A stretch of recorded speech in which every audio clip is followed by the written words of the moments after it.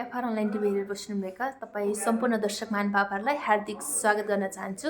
आज मसँग अतिथिको रूपमा हुनुहुन्छ मङ्गोल नेसनल अर्गनाइजेसन केन्द्रीय सर्वोच्च सभाका सदस्य प्रभावशाली युवा नेता रिन्छेन तामाङज्यू र उहाँ चाहिँ मङ्गोल नेसनल अर्गनाइजेसन धादिङ क्षेत्र नम्बर 1 को प्रतिनिधि सभा सदस्यको उम्मेदवार हुनुहुन्छ। उहाँसँग एक खाली चुनावी बहस गरौँ। हजुर, यहाँलाई स्वागत गर्न चाहन्छु। धन्यवाद। तपाईको यो प्रचार प्रसार एक खालको माहौल अभियान के कस्तो चलिराखेको छ? मोटामोटी निर्वाचन आयोगको आचार संहिताले दिएको परिधि अनुसार भएको निर्वाचन गर्दैन अभियान र प्रचार प्रसार कार्यक्रमको आज अन्तिम दिन भर्खरै मात्रै हाम्रो अन्तिम चुनावी सभा अथवा चुनावी र्याली सम्पन्न भएर आएको छ। यो प्रचार प्रसार हेर्दाखेरि मोटामोटी निर्वाचन क्षेत्रभरको समग्र नागरिकहरूमा एउटा खालको चेत खुलेको छ भन्ने लागेको छ। अब जति पनि यो हाम्रो संवाद हेरेर बसिरहनु भएको छ र सबैजनाले लाग्न सकिन्छ नेपाली जनताले चाहिँ मङ्गोल नेसनल अर्गनाइजेसनको उम्मेदवारहरूलाई चाहिँ किन भोट दिनुपर्छ? यसलाई अब एउटै शब्दबाट भन्ने हो भने नेपालको विगत 450 वर्षको इतिहासमा जति घटना परिघटनाहरू भए र जति परिवर्तनको नाममा विभिन्न क्रान्ति प्रतिक्रान्तिहरू भयो, विभिन्न किसिमका आन्दोलन जनआन्दोलनहरू भए, यसबाट अहिलेसम्म हामीले प्राप्त गर्न नसकेको एउटा सुनौलो समाजको निर्माणको निमित्त मङ्गोल नेसनल अर्गनाइजेसनको चुनाव चिन्ह कुखुराको बारेमा भोट हाल्नुपर्छ भन्ने यसको समराइजेसन, यसको वास्तविक मूल कुरा चाहिँ त्यो हो।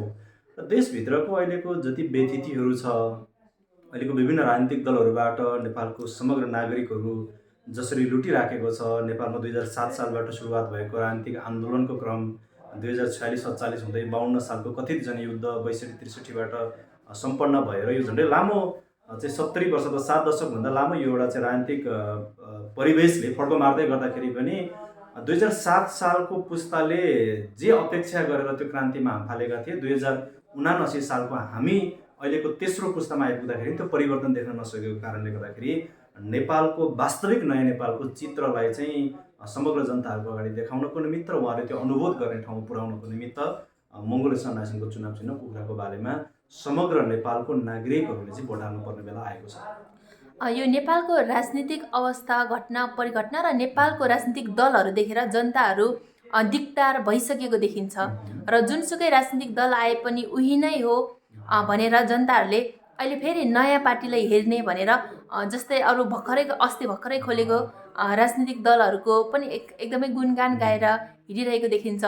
तपाईँहरूको त अब राजनीतिक दल खोलेर त निकै समय भइसकेको छ र भर्खरै तपाईँहरू चुनावी मैदानमा जनताको सामु चाहिँ भर्खरै पुगिराख्नु भएको छ र यो हिजो अस्ति खोलेको पार्टी, पुरानो पार्टी र मङ्गोल नेसनल अर्गनाइजेसनमा के फरक छ?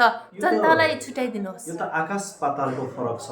अब नेपालको समग्र नागरिकहरूले पनि त्यो कुरा बुझ्नुपर्ने बेला भएको छ। त्यो कुन कुरा बुझ्नुपर्ने बेला भएको छ भन्दाखेरि अहिले पछिल्लो समयमा भएका जति पोलिटिकल पार्टीहरू थिए त्यसबाट जनताहरू दिक्क हुने गरेर उनीहरूले काम गरिदिने र नयाँ खोलेको छ, अब नयाँ अवधारणाको नयाँ राजनीतिक दललाई सहयोग गर्नुपर्छ भनेर फेरि उही नस्लको मान्छेहरू, जुन नस्लको मान्छेले हाम्रो देश नेपाललाई 450 वर्षदेखिबाट आजसम्म नेतृत्व गरिराखेको छ, 450 वर्षको इतिहासमा हाम्रो देश नेपाललाई उँभोतिर होइन उँधोतिर लगिराखेको अवस्था छ। 2007 सालपछि भएको घटना परिघटना र 2062-63 सालको परिवर्तन पछाडिको घटना परिघटनालाई हामीले निहालेर हेऱ्यौँ भने जति बेला मङ्गोल नेसनल अर्गनाइजेसन नेपालको भद्रगोल जेलभित्र यसको जन्म भयो र जन्म भएर चाहिँ जनताको बिचमा आइसके पछाडि हामीलाई यो निर्वाचन प्रतिस्पर्धामा आउनको निमित्त मात्रै झन्डै 18 वर्ष नेपालको बहुमतवादी सत्ता साझेदार गर्ने नेपालको संवैधानिक निकायहरूले चाहिँ हामीलाई अल्झ्याएर राखेको अवस्था थियो। 18 वर्ष पछाडि विश्व समाजले यो मङ्गोल नेसनल अर्गनाइजेसन र यसको फाउन्डर प्रेसिडेन्ट महामानव डाक्टर गोपाल गुरुङको कुरालाई विश्वव्यापी रूपमा छरिसके पछाडि विश्वभरको दबावको कारणले गर्दाखेरि झन्डै 18 वर्ष पछाडि 2064 सालमा हामी नेपालको निर्वाचन आयोगमा लिगल हिसाबले हामी रजिस्टर भएर गइसके पछाडि त्यति नै बेलाबाट नेपालमा विभिन्न किसिमको नामधारी पार्टीहरू खोल्न थालियो। त्यो किन खोल्न थालियो भन्दा डाक्टर गोपाल गुरुङज्यूको बहुमूल्य मोती जस्ता कुराहरू चाहिँ नेपालको आम नागरिकहरूले पत्ता लगाए भनेदेखि नेपालमा जो शासक बनेर बसेका मान्छेहरू छ, हाम्रो दिन चाहिँ अब उल्टो दिन सुरुवात हुन्छ सदाको लागि। यस कारणले गर्दाखेरि नेपालको नागरिकहरूलाई भुलाउनको निमित्त एउटा नौलो नारा दिने, राष्ट्रवादी नारा दिने, जनताको भावना कसरी खिच्न सकिन्छ त्यही कुरालाई अगाडि बढाउने, त्यो पुरा गर्नुपर्छ भन्ने उनीहरूमा त्यो खालको नैतिक चरित्र छैन। उनीहरू अनैतिक नै हुन्। यस कारणले गर्दाखेरि 2064 सालमा नयाँ पोलिटिकल पार्टीको सिर्जना भयो। 2070 सालको दोस्रो संविधान सभाको निर्वाचनमा पनि नयाँ पोलिटिकल पार्टी जति बेला मङ्गोलियन नेसनप्रति नेपालको समग्र नागरिकहरूको एक खालको आस्था र भावनाहरू बढेर गएको देखे पछाडि 70 सालमा पनि उही भएकै पोलिटिकल पार्टीहरूबाट चाहिँ केही व्यक्तिहरूलाई निकालेर अर्को राजनीतिक दलको सिर्जना भयो। 2074 सालमा फेरि एउटा नौलो नारा मुलुकमा दिइयो, बहुमतको सरकार बनाउनको निमित्त भनेर। त्यो नाराले पनि उनीहरूले कमसेकम 2074 सालमा त जनताहरूको भावना खिचेर फेरि पनि जनतालाई ढाँट्न सफल भए। 2074 सालकै चुनावमा मङ्गोलियन नेसनप्रति एउटा खालको जनताको भावना बढेर गएको देखे पछाडि भ्रष्टाचार निर्मूल गर्छौँ भनेर चाहिँ देशको करिब देशको 4वटा अङ्गहरूमध्ये एउटा अङ्गमा धेरै लामो समय बिताएका व्यक्तिहरू राजनीतिक चाहिँ एउटा खालको मैदानमा देखा परे। आज तिनै मान्छेहरू फेरि घाँटी जोड्न पुगिसकेको अवस्था छ र यसपालिको निर्वाचनको यो सङ्घारमा आइपुग्दै गर्ने बेलामा जुन अहिलेको नयाँ राजनीतिक दलको एजेन्डाहरू सहित समाजमा आइराखेको छ, यसले चाहिँ नितान्त डाक्टर गोपाल गुरुङज्यूको दर्शन र सिद्धान्तलाई रोक्नको निमित्त, उहाँको चाहिँ मोती जस्तो कुराहरूलाई चाहिँ जनताको मन मस्तिष्कमा पुग्न नदिनको निमित्त षड्यन्त्र गरेर जनतालाई एउटा खाडलबाट निकालेर अर्को खाडलमा थन्क्याउनको निमित्त तयार पारेको एउटा खाडल मात्रै हो। अब यो चाहिँ नेपालको आम नागरिक जनताहरूले बुझ्नुपर्ने बेला आएको छ र नेपाल परिवर्तन हुन नसक्नुको कारण भनेको यो देशको व्यतीति, भ्रष्टाचार, कुसंस्कारहरू चाहिँ परिवर्तन हुन नसक्नुको मूल कारण भनेको यहाँनिर चाहिँ एउटै नस्लको मान्छे देशको सम्पूर्ण चाहिँ शक्तिशाली केन्द्रहरूमा चाहिँ उनीहरूले चाहिँ त्यो एउटा खालको चाहिँ आफ्नो हक जमाएर बसेको कारणले गर्दा देशले परिवर्तन पाउन सकेन। अब यो 2079 मङ्सिर 4 गते सम्पन्न हुँदै गरेको निर्वाचनमा हामीले एकचोटि छातीमा हात राखेर प्रश्न गर्नुपर्ने बेला आएको छ। हामी अलिकति फर्केर हेऱ्यौँ भने लामो उदाहरण लिनु पर्दैन। 2074 सालको चाहिँ प्रदेश प्रतिनिधि सभाको निर्वाचनमा सहभागी हुँदै गर्ने क्रममा त्यति बेला प्रत्येक नेपालीको थाप्लोमा 23,000 चान्चुन ऋण थियो हाम्रो थाप्लोमा।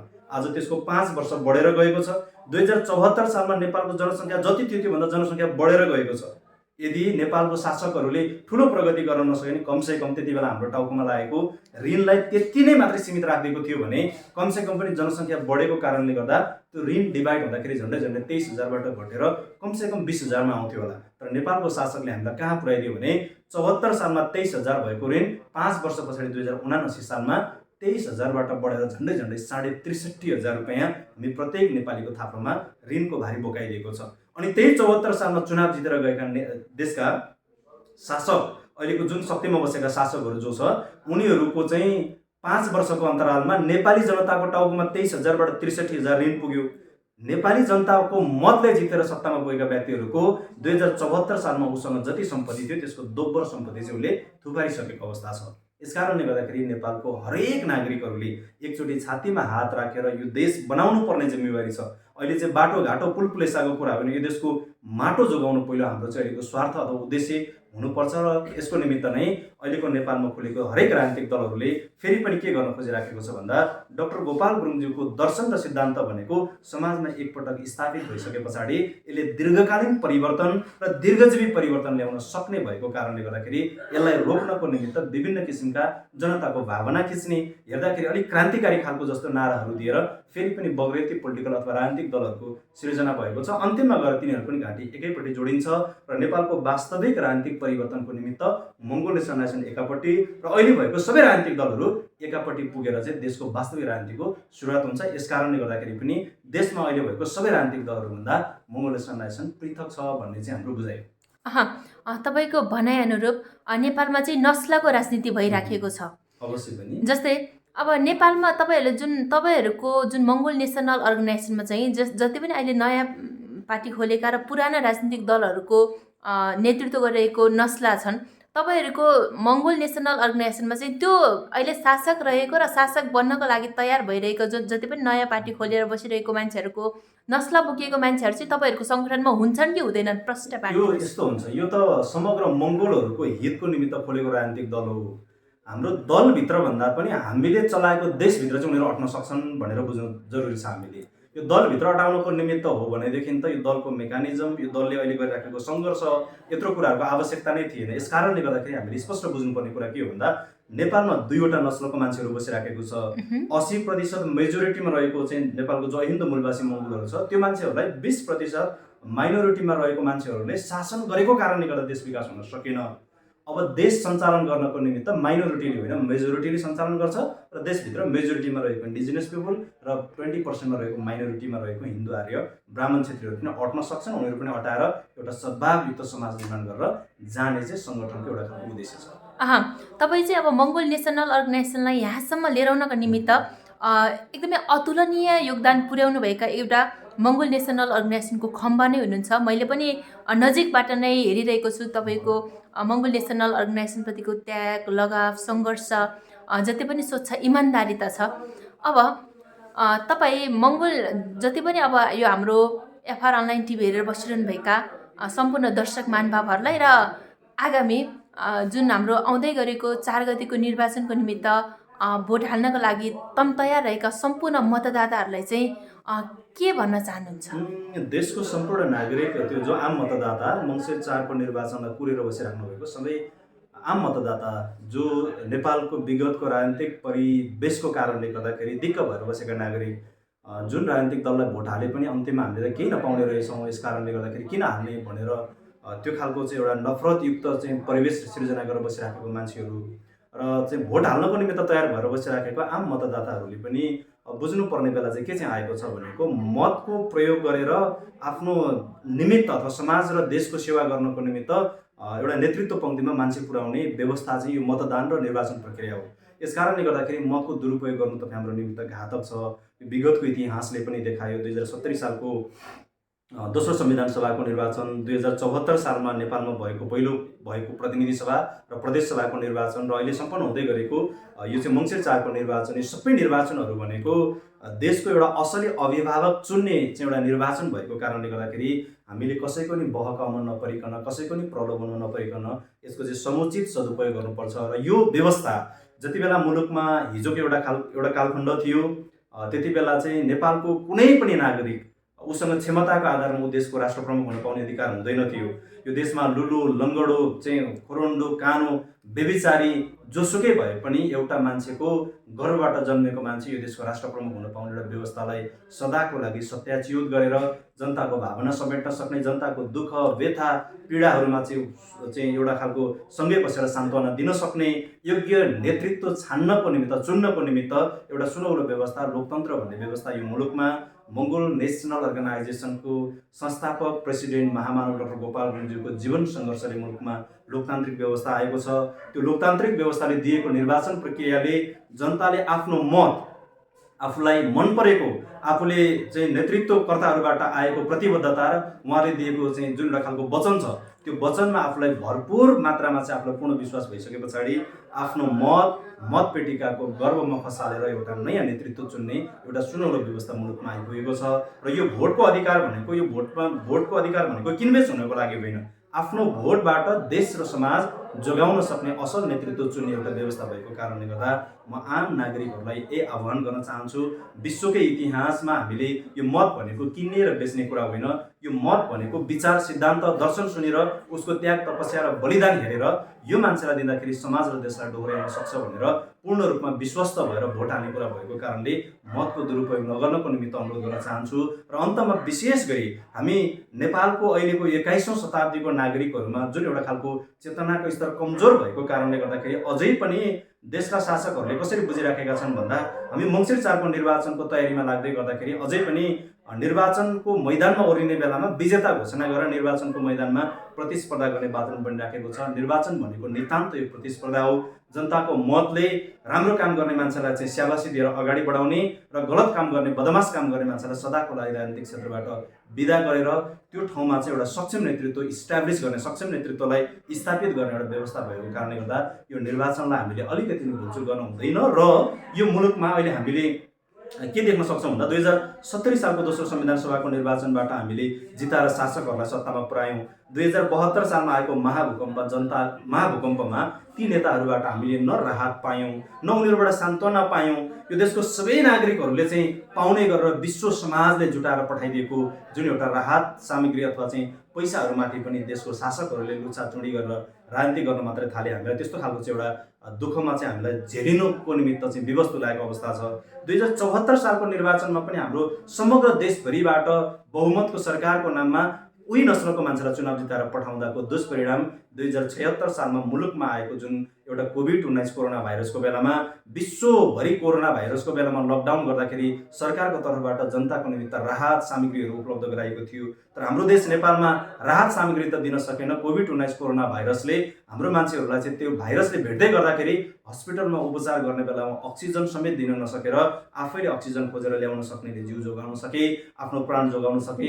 जसले अक्सिजन खोजेर ल्याउन सकेन उसले त्यही सरकारको अगाडि, त्यही सत्ताको अगाडि, त्यही शासकको अगाडि जसलाई उहाँले 2074 सालको चुनावमा भोट हालेर पठाएको थियो त्यही नेताको अगाडि ढलेर मर्दै गर्दाखेरि त्यो नेताको आँखामा न आँसु टिपिरहेको थियो न उसको मन रोएको थियो। यस कारणले गर्दाखेरि अब समीक्षा गर्नुपर्ने बेला आएको छ। मैले सबैजनालाई भनिराखेको छु, आजभन्दा 52 वर्ष अगाडि, सामान्य कुरा होइन, आजभन्दा 52 वर्ष अगाडि चाहिँ हाल अहिले हामीले चिन्ने गरेको बङ्गलादेश, त्यति बेला पाकिस्तान बङ्गलादेश एउटै हुँदाखेरि पूर्वी पाकिस्तानमा आएको आँधी तुफानले त्यहाँको सबै घरहरू, जनताहरू सबै बगाएर लिएर जाँदाखेरि सरकारको निमित्त सरकारको तर्फबाट केही राहत दिनु पर्यो हामीलाई भनेर त्यहाँको जनताले आह्वान गर्दाखेरि 1 दिन गर्यो आएन, 2 दिन गर्यो आएन, 5 दिन गर्यो आएन, 1 हप्ता कुर्दा नि आएन, 1 महिना कुर्दा पनि राहत सामग्री केही पनि नआए पछाडि त्यहाँको समग्र जनताहरूले सामूहिक निर्णय गरेर हामीलाई यदि हामीले नै जिताएर सत्तामा पुर्याएको शासकहरूले हामीलाई अप्ठ्यारो परेको बेलामा हेर्दैन भने हामीले उहाँहरूलाई किन जिताइराख्न आवश्यक छ त? यस कारणले गर्दाखेरि यसपालिको निर्वाचनमा चाहिँ मत परिवर्तन गरौँ भनेर त्यसको करिब 2 महिनापछि भएको निर्वाचनमा 162 सिट जितेर संसदमा पुगेको राजनीतिक दललाई 0 सिटमा झारेर नयाँ दलको सिर्जना गरेर उनीहरू आफू सुरक्षित भएको इतिहास छ। यस कारणले गर्दाखेरि 52 वर्ष पहिलाको पाकिस्तानी जनताहरूको चेतना त्यो लेभलमा थियो। आज 52 वर्ष पछाडिको हामी नेपाली जनताहरूको चेतना कहाँ छ? यस कारणले गर्दाखेरि पनि अबको यो आउँदै गएको मङ्सिर 4 को निर्वाचनमा देशको समग्र नागरिकहरूले विवेक पुर्याएर तपाईले एकचोटि 2 मिनेटको निमित्त तपाईले आफ्नो हात छातीमा राखेर भोट हाल्ने बेलामा निर्वाचन भनेको नवीकरण हुँदै होइन, निर्वाचन भनेको प्रतिस्पर्धा गरेर जनतालाई संरक्षण गर्न सक्ने र जनतालाई बचाउन सक्ने नयाँ नेतृत्वको आवश्यक छ भन्ने हिसाबले मत हाल्नको निमित्त म सम्पूर्ण देशवासी नागरिकहरू जो यो मङ्सिर 4 को निर्वाचनमा भोट हाल्नको निमित्त अहिले तयार भएर बसेका आम मतदाताहरूलाई चाहिँ अपिल गर्न चाहन्छु। तपाईले यो जनताको जुन हिजोको त्यो इतिहासहरू नेपालमा घटेका विभिन्न घटना परिघटनाहरू सम्झाएर मजाले जुन प्रस्तुत गरिरहँदा पक्कै पनि अब हाम्रो यो संवाद, यो अन्तर्वार्ता हेरेर बस्नुभएका दर्शक महानुभावहरूले पनि हिजोको त्यो पीडा व्यथाहरूलाई याद गरेर भोट हाल्नुहुन्छ भन्ने एक खालको आशा अपेक्षा गरेको छु। अब भने यो कस्तो पनि देखिन्छ भने यो नेपालमा विभिन्न गाउँ बस्तीहरूको जुन जनताको प्रतिक्रियाहरू सुन्दा युवाहरू चाहिँ एकदमै नैराश्यता, एकदमै निराश भएको देखिन्छ। जुनसुकै पार्टीलाई हाले पनि त्यही नै हो भन्ने खालको अब त्यस्तो खालको भावनाहरू देखिन्छ। युवाहरूले पनि अब मङ्गोल नेसनल अर्गनाइजेसन बुझ्नु आवश्यकता छ कि छैन, भोट हाल्न आवश्यकता छ कि छैन, युवाहरूलाई के भन्न चाहनुहुन्छ? यो त झन् तपाईँ चाहिँ अब युवाहरूको नै प्रतिनिधित्व गरेर यो कलिलो उमेरमा नै एक खालको सङ्घर्षले यहाँसम्म आउनुभएको छ र तपाईँ प्रतिनिधि सभाको जुन सभा सदस्यको उम्मेदवार बनिराख्नु भएको छ, कसरी प्रेरित गर्नुहुन्छ युवाहरूलाई तपाईँको आफ्नो उदाहरण दिएर? यसको निमित्त अहिलेको जो नेपालमा भएको वर्तमान युवा पुस्ताहरूमा त्यो नैराश्यता आउनुको पछाडिको पनि मूल कारण भनेको देशको वर्तमान र विगतमा भएका शासकहरूले खेलेको भूमिकाको कारणले गर्दा नै राजनीतिक प्रति चाहिँ नेपालको समग्र युवा पुस्ताको ध्यान नजानु नै ठुलो कुरा मान्नु पर्यो अथवा अस्वाभाविक कुरा होइन, यो स्वाभाविक कुरा नै हो। तर पनि हामीले बुझ्नुपर्ने कुरा चाहिँ के हो भन्दा देशको अहिलेको जुन यङ जेनेरेसनको मान्छेहरू साइडमा बसेर हामी यो मतको नै प्रयोग गर्दैनौँ भने तापनि कुरा के हुन्छ भन्दा जति मान्छेले मत हाल्छन् त्यही मतबाट फेरि शासकहरू जितेर सत्तामा पुग्ने परिवेश हुन्छ। यस कारणले गर्दाखेरि हामी राजनीति र निर्वाचन देखेर भागेर होइन, यो निर्वाचनबाटै राजनीतिबाटै हाम्रो आफ्नो भविष्य खोज्नुपर्ने परिवेश आएको छ। नेपालको मात्रै होइन, विश्वकै इतिहासलाई हामीले केलाएर हेऱ्यौँ भने पनि विश्वभरिको अहिलेको जुन यङ जेनेरेसनहरू छ, अघिल्लो जेनेरेसनले गरेको जुन दुःख छ, जुन सङ्घर्ष छ, त्यो सङ्घर्षबाट देशमा स्थापित भएको एउटा सुगम व्यवस्थाको कारणले गर्दा त्यो देशको हरेक युवाहरू चाहिँ फरक फरक क्षेत्रबाट चाहिँ आफूलाई स्थापित गर्नको निम्ति लागि परिराखेको अवस्था छ।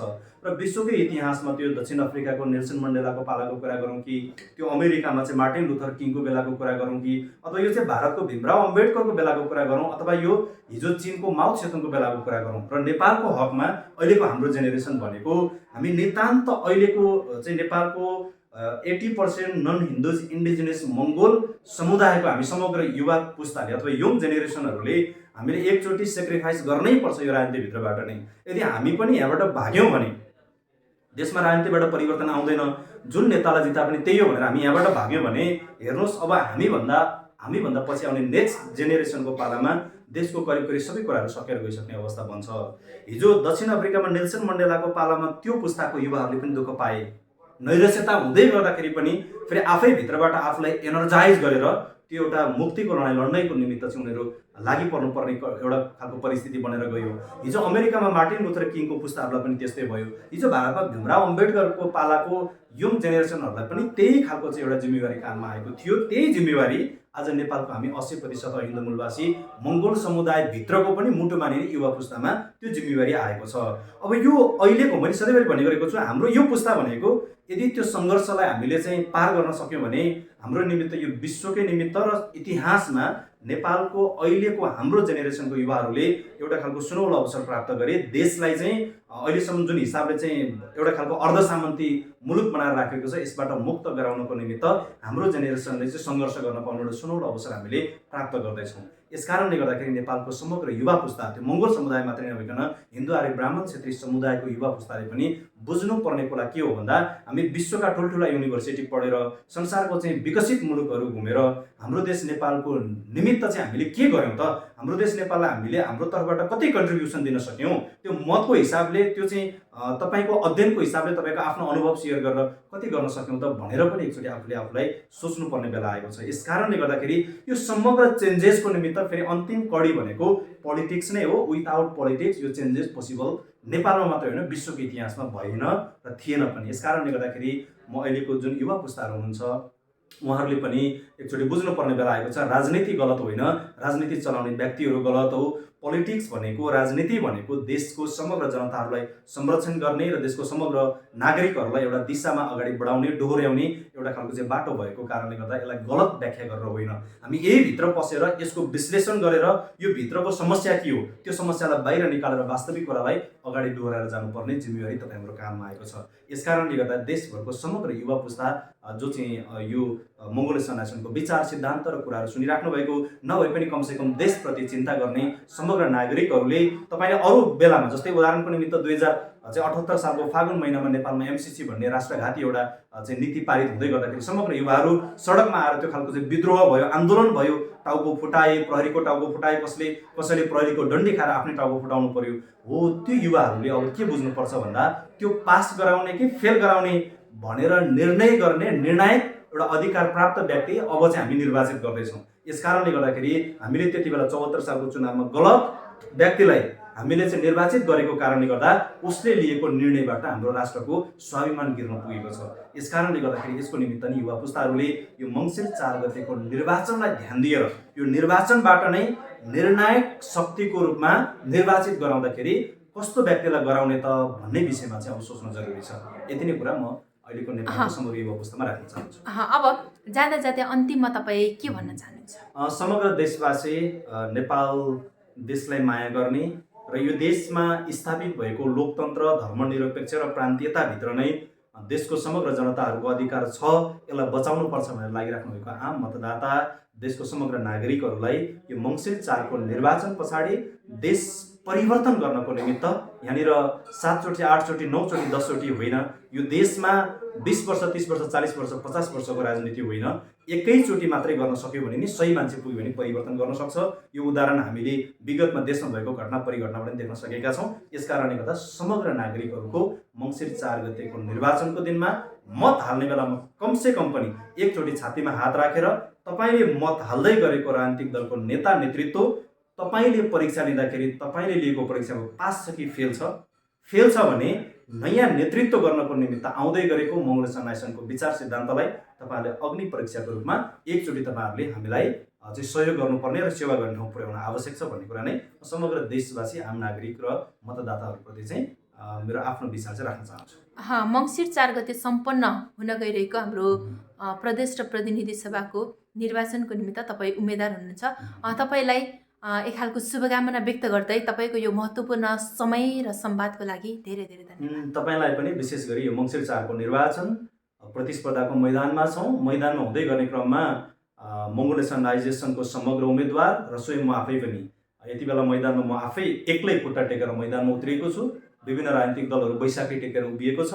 यो बैशाखीको बिचमा म एक्लै मैदानमा हुँदै गर्दा तपाईँले चाहिँ दिनुभएको शुभकामनाको निमित्त पनि धन्यवाद। र मेरो आफ्नो विचारहरू यो निर्वाचन प्रचार प्रसारको निमित्त निर्वाचन आयोगले तोकेको आचार संहिताको समयलाई परिपालना गर्दै चाहिँ निर्वाचन प्रचार प्रसार सकिसके पछाडि समग्र कुराहरू राख्ने एउटा अवसर प्रदान गरिदिनु भयो। यसको निमित्त तपाईँलाई पनि विशेष धन्यवाद।